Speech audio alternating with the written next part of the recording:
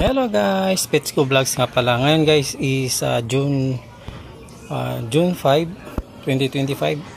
So start tayo ng mag-alaga ng halaman, aquatic plants guys. Yan yung mga low-tech, hindi kailangan ng mga oxygen. Di ko lang talaga, sorry guys, di ko alam talaga yung pangalan nila.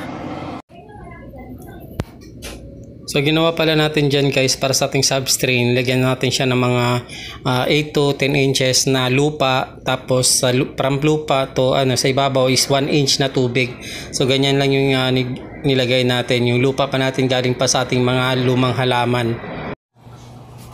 Hello guys, and update tayo sa ating halaman guys. Ngayon is June 20, so 15 days na siya. So yan, lumagpas na. Tapos yan, actually marami na ito, pero ito yung pinakamaraming yan guys. Ito lang kasi para siyang nag-close kasi hapon na, last size na kasi ngayon guys, magdidilim na.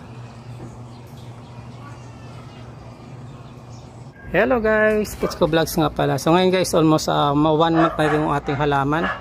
So yan yung niya, progress niya.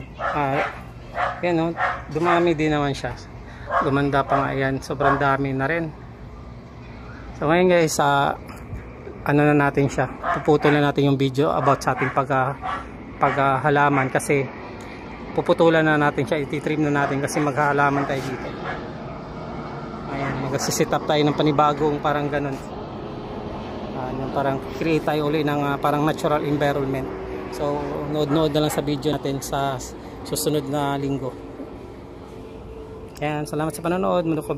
Petsko Vlogs nga pala. Paalam, God bless, bye bye.